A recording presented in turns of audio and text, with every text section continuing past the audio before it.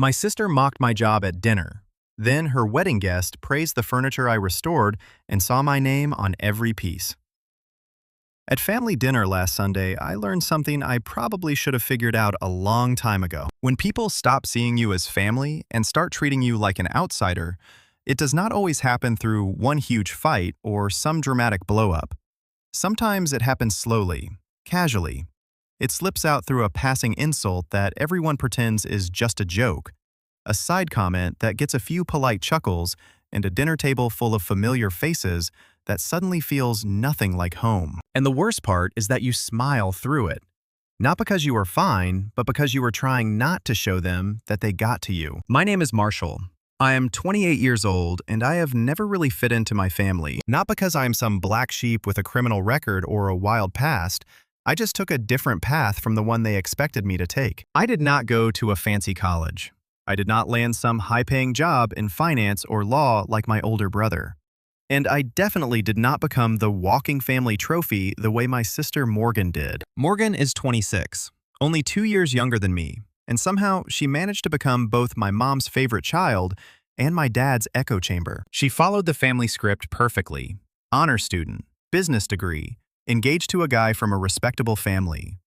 Now she works some mid-tier marketing job that my parents treat like she is personally reinventing capitalism. Meanwhile, I run an online antique restoration business. I started it myself right out of my garage. And no, it is not glamorous, but it is mine. I take forgotten things, broken things, things people have given up on, and I bring them back to life. Chairs, clocks, old radios, vintage arcade cabinets. You would be surprised how much people will pay to restore a memory. But to my family, that is not a real job. To them, it is just a hobby I never grew out of. Dinner that night was supposed to be a casual family catch-up at my parents' house, the kind of thing we did once every couple of months. My dad grilled steaks, my mom made her usual too-dry lasagna as backup, and my brother Jeremy brought his wife and their 2 kids, who immediately took over the living room with iPads and goldfish crackers. I showed up on time, I brought a bottle of wine, I even brought a handmade centerpiece because, stupidly, some part of me still kept trying. I thought Mom might like it. It was a vintage-style table runner with polished brass napkin rings I had restored from an old estate sale. She took one look at it, gave me that tight little smile of hers and said, "That's sweet, honey, but we don't really do that rustic look anymore." I brushed it off. I have gotten very good at brushing things off. But then Morgan walked in, and everything shifted. She made an entrance like she was walking into a movie premiere, flashing smiles, tossing her hair, and holding the hand of some guy none of us had met before. He looked like he had been pulled straight out of an Instagram ad for cologne. Tall, sharp jawline, designer shoes that probably cost more than my monthly car insurance. Morgan practically glowed as she introduced him. "Everyone, this is Parker. He's a consultant. We met at a networking event last month." A consultant, of course. No one ever really knows what consultants do, but it sounds expensive, so my parents were immediately impressed. "Oh, how wonderful," Mom gushed, leaning in for a double-cheek kiss. "It's so nice to finally meet someone Morgan actually brings home. That means something, you know." Dad shook Parker's hand and clapped him on the back like they had known each other for years. Jeremy gave him a half smile while trying to juggle his toddler. Even the kids looked up from their iPads for about 1 second before getting bored again. I stood up, smiled politely, and extended my hand. "Marshall," I said. "Older brother, good to meet you." Parker shook my hand and nodded. "Nice to meet you too, man. I've heard a little about you." I raised an eyebrow.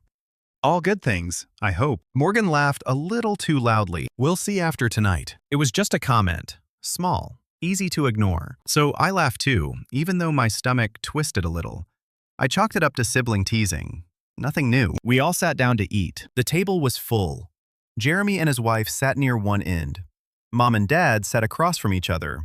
Morgan and Parker sat right next to me. As we passed dishes around and tried to make polite conversation, I noticed something weird. Every time Parker said something, some casual story about flying to Chicago for a client meeting or some book he was in the middle of writing, because apparently everyone is writing a book now, the family lit up. They laughed. They asked questions. They engaged. But when I chimed in with a comment about a restoration I was working on for a collector in upstate New York or a custom job I had done for a film set, There was this pause. It was like someone hit the mute button. Then someone would redirect the conversation, ask Parker another question, or shift to Morgan's recent promotion. It was subtle, but not subtle enough to miss. I focused on my plate. I chewed slower. I said less. I have learned how to read a room and go still inside it. Part of me held on to the hope that maybe, just maybe, I was imagining it. That hope vanished halfway through dinner when Parker turned to me and asked, "So, Marshall, what do you do for work?" I did not even get a full breath in. Before I could answer, Mom cut in with a tight smile. "Oh, don't ask him that, dear. He'll go on forever about it. You don't want to hear about rust and paint and tools." Everyone chuckled. Jeremy gave a low snort. "Unless you're looking for a new coffee table from 1974, then maybe." Morgan, without missing a beat, took a sip of her wine and said, "Maybe lie this time so you don't sound so pathetic. Just say you're in design or something." I froze. The room laughed again quietly, the way people laugh when they know something is mean but decide it counts as harmless because they are not the target. Parker looked uncomfortable, but not uncomfortable enough to say anything. My hands tightened under the table. I looked around, waiting for someone, anyone, to say that was too far. Waiting for someone to tell Morgan to stop. No one did, so I forced a smile. The same smile I had perfected over years of being the disappointment. "Sure," I said, keeping my voice light. "Let's go with design. Sounds more mysterious." More chuckle. Then my dad cleared his throat and asked Parker something about the stock market. Just like that, I was erased again. But I was not really smiling anymore. I was calculating. And while they all laughed and passed the garlic bread, none of them noticed the shift in my eyes.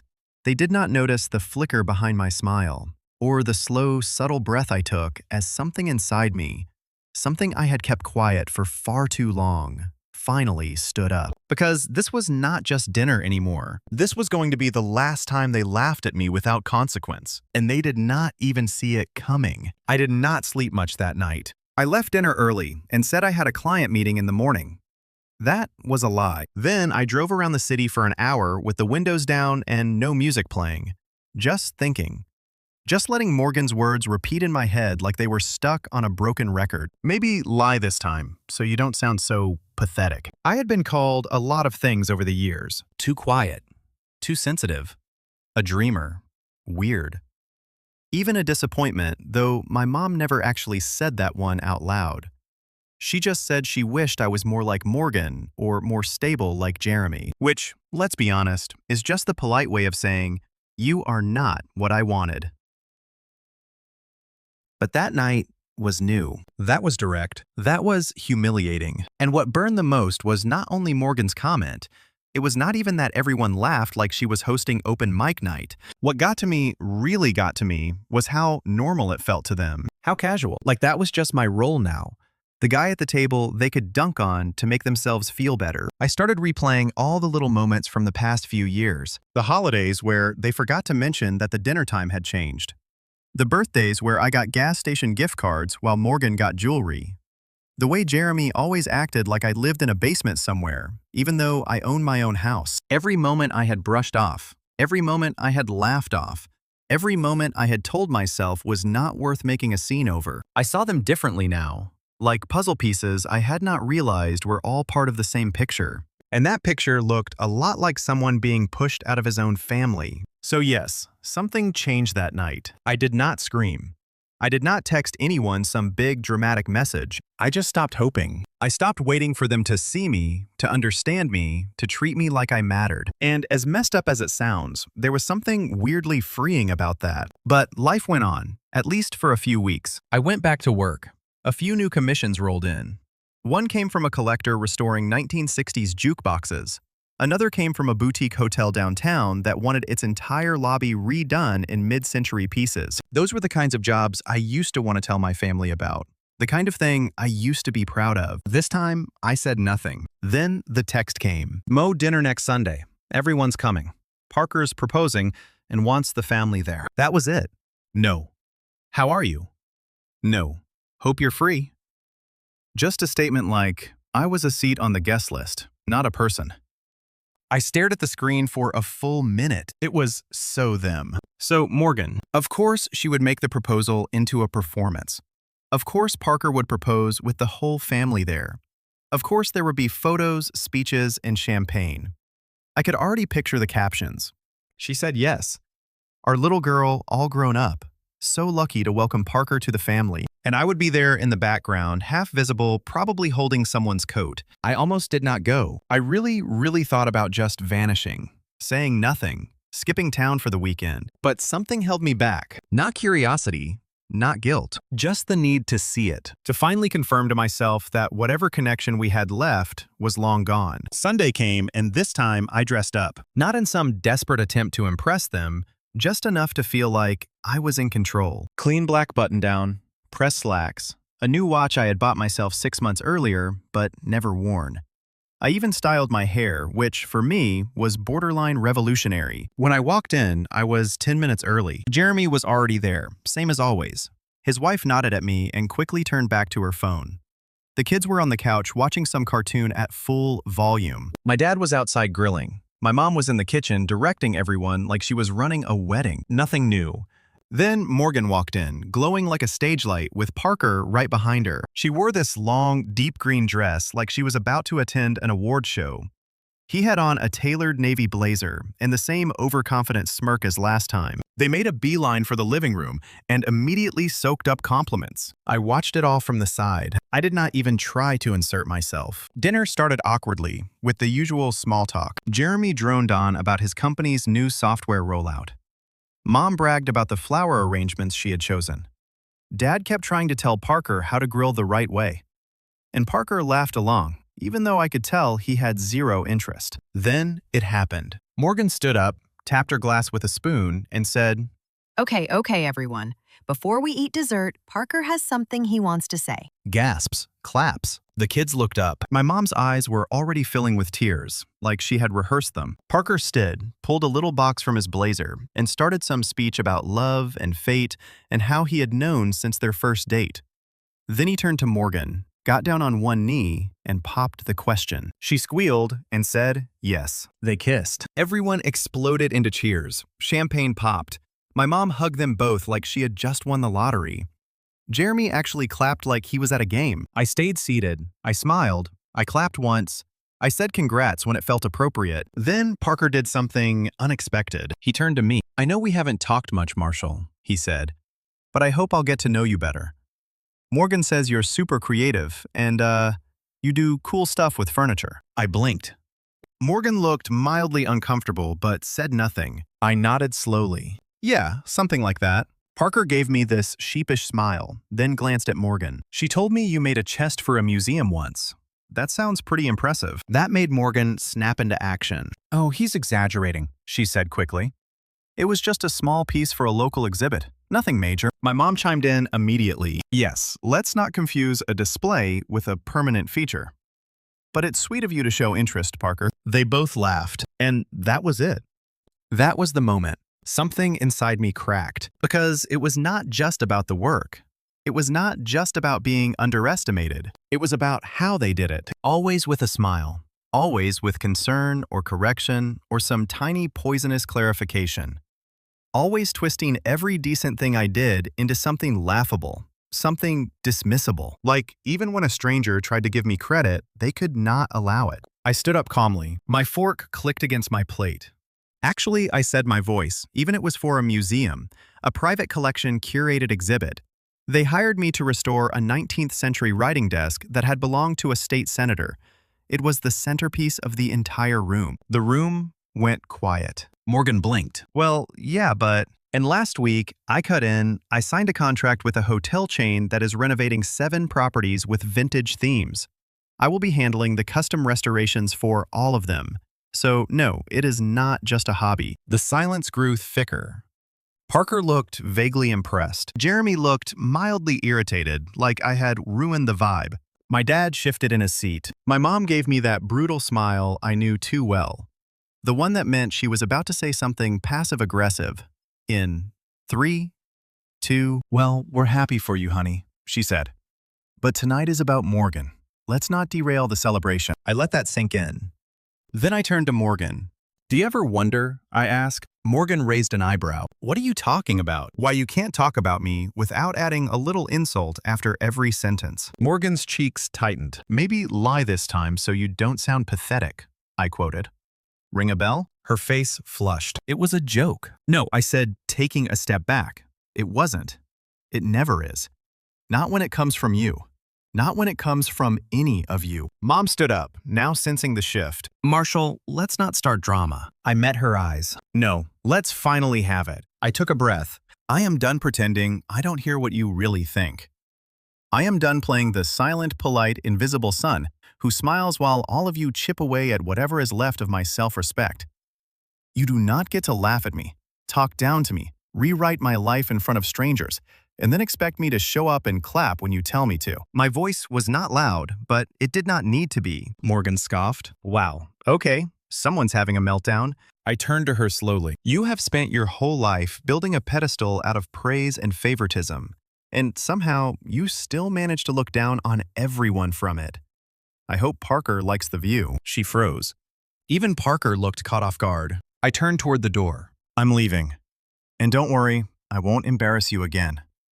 Not by showing up, and definitely not by being myself. Then, right as I reached for my coat, my mom said something I will never forget. Well, don't expect to be included in the wedding if you can't behave like an adult. I froze. Then, I slowly turned. The look I gave her must have said everything I did not need to say out loud, because in that moment, I knew exactly what I needed to do next. But I said nothing. I just opened the door, stepped outside, and walked into the cold air like I was finally breathing again. And none of them knew that this was not the end. It was only the beginning. I did not cry in the car. I did not scream. I did not punch the steering wheel. I did not even call a friend to vent about it. I just sat there, gripping the wheel, the engine humming quietly under me, staring out at the dark suburban street in front of my parents' house. Their porch light glowed soft yellow behind me, like a spotlight on a stage I had just walked off. I felt hollow. That is the thing about hitting your emotional limit. It does not always look like a breakdown. Sometimes it is numbness. Sometimes it is just quiet, like your body and your mind have both shut down to stop you from falling apart in public. I drove home in silence. No radio, no podcasts, just the sound of tires on pavement and my breath catching every once in a while when my thoughts tried to wander back to that moment. Don't expect to be included in the wedding. As if I were some child who needed to be taught a lesson. My own mother had essentially told me I was replaceable. And the worst part was that I kind of believed her. The next few days were a blur. I went through the motions. Woke up, brewed coffee, ignored my phone, walked into my workshop and stared blankly at the antique armoire I had been meaning to finish refinishing. I had orders, emails, even a couple of voicemail messages from past clients. One of them was from a woman excitedly telling me she had referred me to a magazine that was writing a piece on vintage furniture design. But I did not care. I felt like everything I had worked for, everything I had built, suddenly did not matter. Like it was all paper thin the moment my family dismissed it with a joke. What good was creating beautiful things if the people who were supposed to believe in me saw it all as a punchline? I stopped checking Instagram. I paused all new commissions. I let messages pile up. I was not sad, not exactly. I was tired. Not just tired of them, tired of always being the one who had to rise above it. Tired of swallowing pride. Tired of playing peacemaker. Tired of minimizing my own success just to avoid being called dramatic. For years, I told myself that one day they would come around, that I would make it and they would finally see me, finally accept me. But that Sunday proved something I should have learned a long time ago. Some people do not want to see you succeed, unless they can take credit for it. A week passed, then another. I did not hear from any of them. Not Morgan, not Jeremy, not even my mom. It was like I had simply been written out of the family script. A forgotten extra who had left the set. And it stung. I would be lying if I said it did not. But something strange happened in that silence. Without the constant noise of trying to impress them, trying to measure up, trying to earn a place, they kept moving farther away from me. I started hearing myself again. It started small.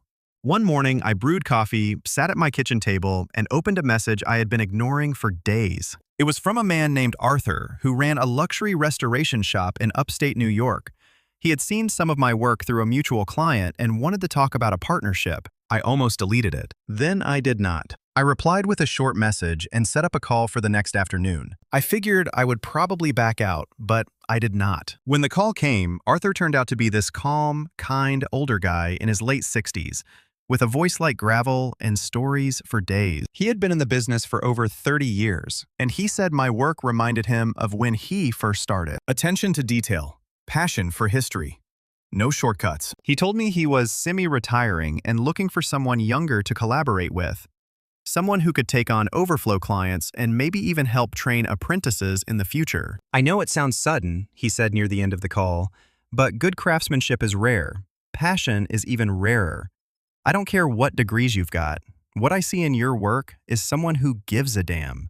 That's what matters. I did not say anything at first, because no one had ever put it that way before. That call flipped a switch. Not a loud one, just a soft click, like a light bulb flickering back to life in a dark attic. Over the next few weeks, I started working again, quietly, steadily. I finished the armoire and shipped it to a client in Charleston who emailed me a full paragraph about how it made her cry when she saw it in person. I accepted Arthur's offer to take on 2 of his clients, and one of them turned out to be an interior designer in Chicago who immediately booked me for more work. I started posting again, but not for likes, just to share pieces I was proud of, details I loved, stories behind each item.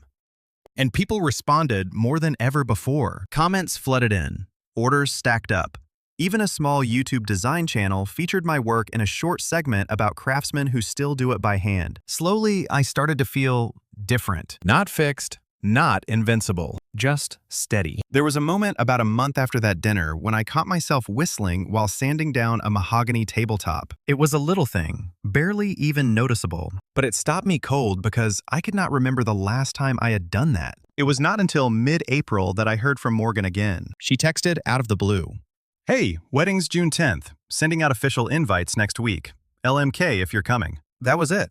No apology, no follow-up, no acknowledgement of what had happened. Just a quick you in or out message like she was RSVPing me to a work event. I stared at the screen for a while. Then I did something I never thought I would do. I did not reply, not right away at least. Instead, I kept working. I finished a set of custom side tables. I helped Arthur organize a workshop for young designers. I even spoke on a panel at a local design fair. Me, the guy who used to hate public speaking. People came up afterward and asked about my process. They complimented my craftsmanship. They listened when I talked. No one laughed. No one cut me off. It felt real. About a week later, I got the official invitation in the mail. Cream envelope, gold lettering, big cursive names. Morgan and Parker. My name was printed at the bottom. Marshall Blake. No guest, no note. Just the RSVP card and a list of expected attire and times. For a second, I almost tossed it. But then I had an idea. A small one. Quiet, but sharp. That same week, I got a call from a producer at a well-known home and lifestyle channel. They were running a new series on small batch artisans and wanted to feature a few restoration experts. Someone had sent them my Instagram page. The producer was direct. "We love your aesthetic," she said. "It's rare, thoughtful, authentic. We think you'd be a great fit." We scheduled a video call. She asked me questions. I answered casually. At the end, she smiled and said, "You know, we're also shooting a segment on location at a big wedding this summer. Luxury venue, very old school. They're showcasing bespoke design elements throughout the space. Would you be interested in contributing?" I blinked. "A wedding?" She nodded. "Yep. Furniture staging, floral stands, maybe a centerpiece or 2. We put your name in the credits. Could be good exposure." I asked for the date and location. She told me, and I nearly laughed out loud. It was the same venue Morgan had listed on her invitation. That was when everything came together. Not revenge, not spite, just clarity. Because for the first time in a long, long time, I finally held the pen. And I had a story to write. I RSVP'd, yes. But I did not tell them how I was coming, and I definitely did not tell them why. To them, I was still the same joke from dinner, the brother they could forget until it was time for a family photo, the one they could cut out of the toast, the slideshow, and the planning emails. But what they did not know What they had never bothered to ask was that while they were busy building a fantasy around Morgan's perfect day, I had been quietly building something of my own. Something solid. Something they could not laugh away. And on June 10th, they were finally going to see it, whether they liked it or not. Most people think revenge is loud. They think it comes with fireworks, shouting public breakdowns, or explosive reveals that leave everyone gasping and whispering. Maybe that is how it works in movies. But in real life, the best revenge is quiet,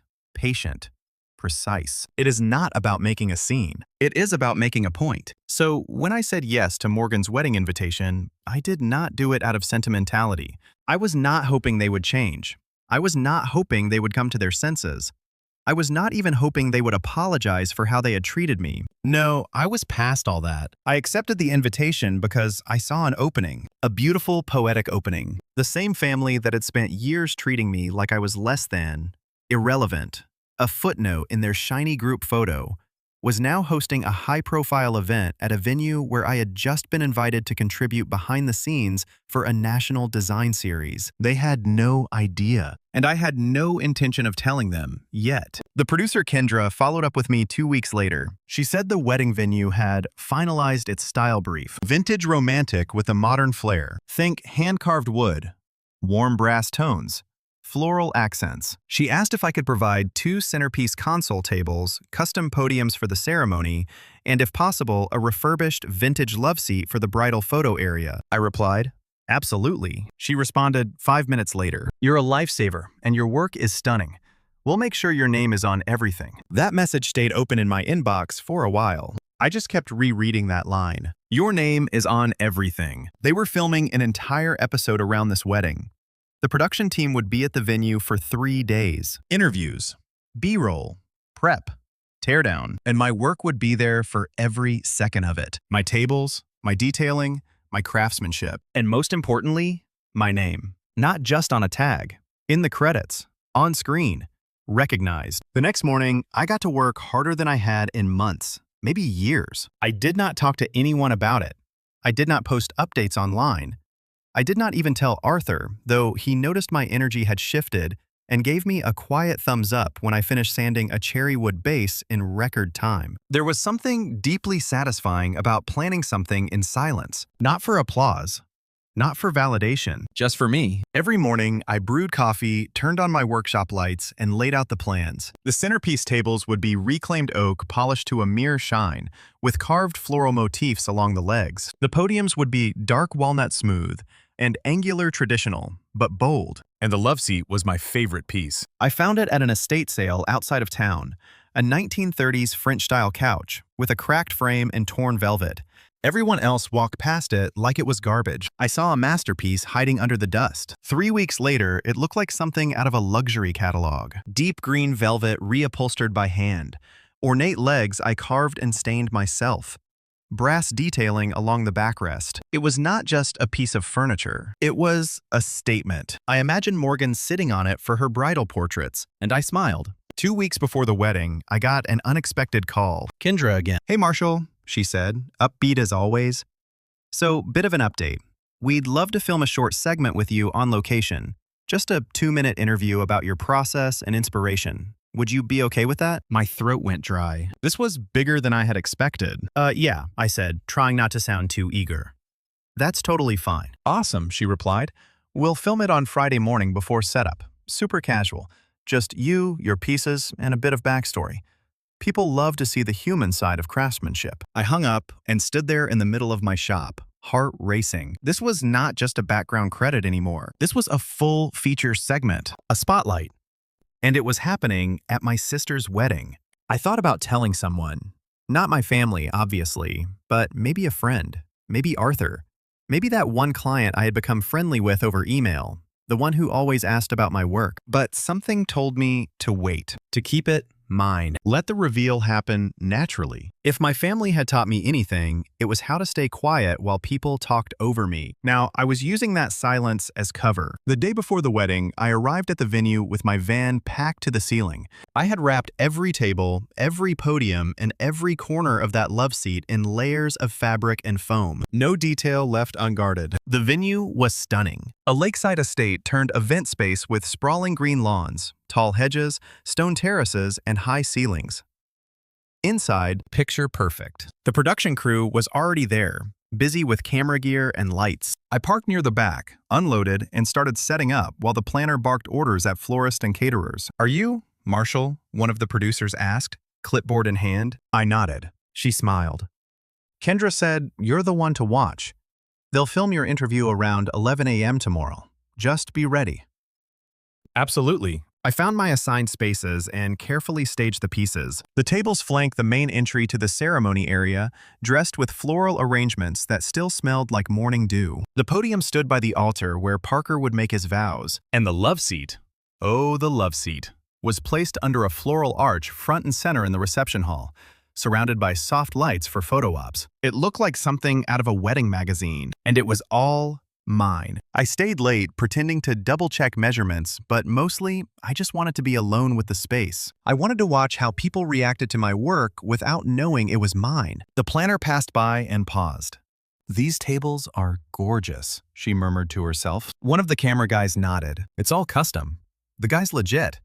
Finally, something not made in a warehouse. I stood off to the side, arms crossed, heart quietly thudding. I did not step in. I did not say a word, because they would know soon enough. The morning of the wedding, I arrived early in a clean suit and polished shoes. No over-the-top flair, just enough to blend in. I had a lanyard from the production crew with my name on it, Marshall Blake, artisan, and a time slot for the interview. It felt surreal. I walked past the reception space and spotted my love seat already being used. A group of guests were snapping photos on it, laughing and smiling. None of them knew I had built it from splinters and rot. I found Kendra by the camera crew and waved. "Perfect timing," she said, leading me to a corner where they had set up soft lighting and a stool. "We'll start rolling in 5. Just speak from the heart." So I did. The interview flowed. I talked about why I got into restoration, what I loved about vintage pieces, how every scar and scratch told a story. I kept it honest, grounded. I was not trying to impress anyone. I was just trying to be me. When we wrapped, the crew clapped softly, and one of them said, "Man, that was great. You've got a real presence." I nodded, thanked them, and walked off to the side of the garden just in time to see Morgan arrive. She stepped out of a sleek silver car in a lace-trimmed gown, surrounded by bridesmaids, photographers, and my mom. They did not see me, but I saw them. I watched as they laughed, posed, and directed people like it was their personal movie set. And then, just as Morgan turned toward the entrance, she saw the tables. Her face tilted slightly. Then she saw the love seat. Her eyes narrowed. She turned to my mom and said something I could not hear, but I saw her lips move. Then her brows knitted together. My mom followed her gaze, looking vaguely puzzled. And that was when the first domino fell. It did not take long. Around noon, guests started to arrive. People commented on the decor, the custom touches, the way the vintage elements elevated the entire aesthetic. A few even asked where the pieces came from. Then someone pointed out the credits. On a table near the reception entrance, the production crew had placed a neat printed display card. Featured artisan, Marshall Blake, furniture design restoration, and custom woodcraft. As seen on Channel Name's upcoming special, Modern Heirlooms. It was right there, front and center. I saw my mom notice it first. She went still. Then she whispered something to my dad. Jeremy looked confused. Morgan stared at the sign like it had personally insulted her. She turned, scanned the crowd, and finally, her eyes found mine. I just smiled. A quiet, knowing smile. The kind you give when you finally stop playing their game and start playing your own. Morgan was the first to approach me. Not immediately. Number. She waited until the ceremony had ended, the vows delivered with Pinterest-worthy precision, and guests had been ushered into the reception hall. She had smiled through the whole thing, tight-lipped, her eyes flicking toward me more than once, like she could not believe I had not vanished into the walls. I had stayed back close to the production crew, sipping a ginger ale and watching from the sidelines like I was nobody. Just another vendor, a ghost. But the moment the crowd settled and the cameras began capturing the staged beauty of the evening, She made her move. She approached with a practiced smile still in her gown, her train dragging lightly behind her like it cost more than my rent. "Marshall," she said, sweet and sharp like a compliment wrapped in a warning. "Can we talk for a second?" I looked up slowly. "Sure." She walked me toward a quiet corner behind the reception tent. As soon as we were out of sight of the guests and photographers, her smile dropped like a curtain. "What is this?" she hissed. I blinked, pretending not to understand. "The wedding. You know what I mean." Her voice dropped lower, sharp with panic. "Why are your things all over this venue?" Things, I echoed, glancing toward the furniture I had spent weeks restoring. "You mean the centerpiece tables? The podiums? The love seat every single one of your guests has already posed on?" She crossed her arms. "Don't get smart with me. You're sabotaging my wedding." I laughed once, quietly. "Sabotaging? I built half this place, Morgan. If anything, I saved it." She stared at me like I had grown 2 heads. "Did you plan this? Did you know the crew would feature your work here?" I met her eyes, calm as a still lake. "They contacted me through a client. I didn't mention your wedding at all. I just accepted the job. It wasn't until they told me the date and venue that I realized who it was for." Her jaw clenched. "I could have said no," I added. "But I didn't because why should I?" She did not respond. "And I could have warned you," I continued, "told you I was involved. But I figured it would be more fun this way." Her mouth opened, then closed. "I am not here to ruin your day, Morgan," I said, stepping a little closer. "I am here because I belong here. Because for once, my work is being appreciated, recognized, and celebrated. And you know what?